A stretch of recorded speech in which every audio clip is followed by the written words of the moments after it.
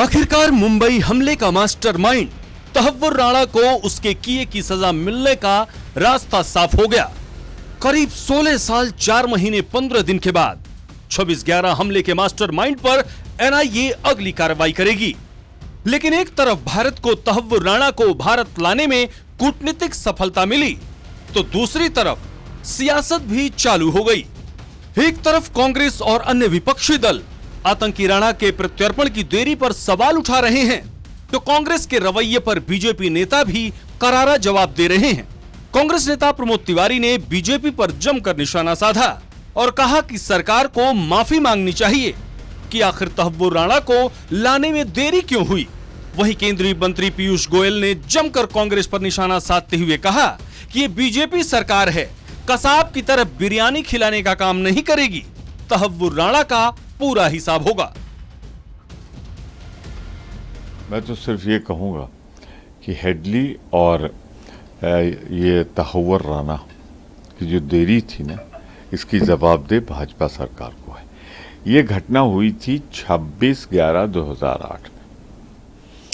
हमने चिन्हित कर लिया था, दुनिया को बता भी दिया था।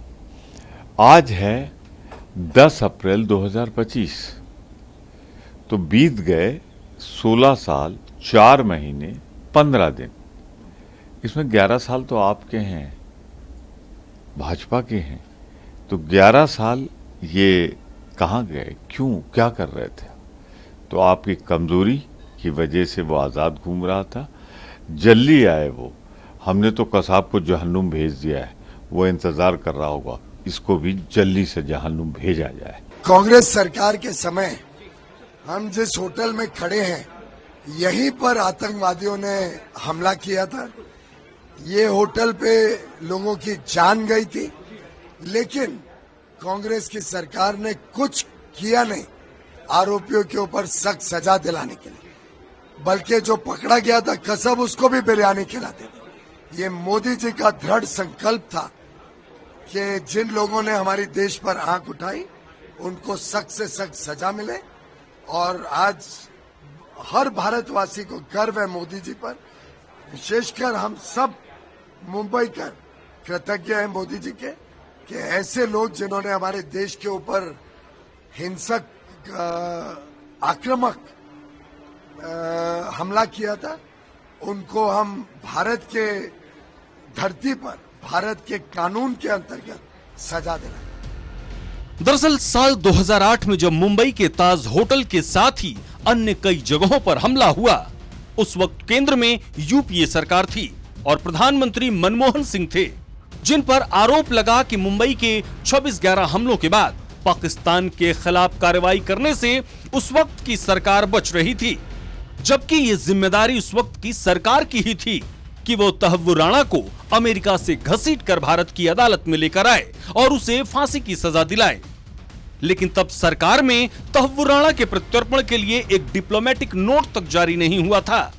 अब जब आतंकी तहव्वुर राणा को भारत लाया जा रहा है, तो एक तरफ जहां बीजेपी इसे मोदी सरकार की विदेश नीति और कूटनीति को श्रेय दे रही है, तो वहीं कड़ी कार्रवाई की बात भी कर रही है।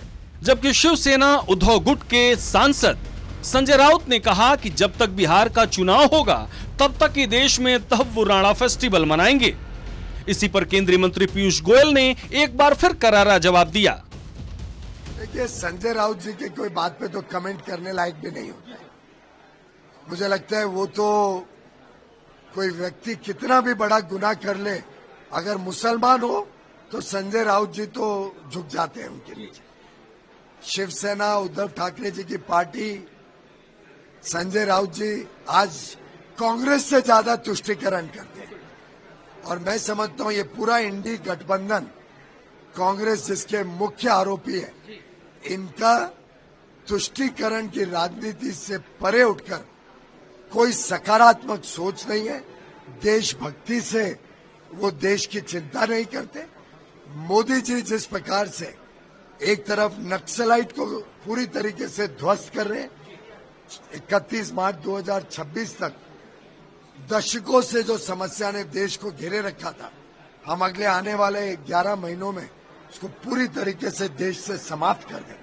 ऐसे ही आतंकवादियों के खिलाफ हमारी सरकार का बड़ा कड़ा रवैया है और हम किसी को भारत की धरती पर आंच नहीं डालने देंगे। बहरहाल अब बारी है एक और कड़े निर्णय की।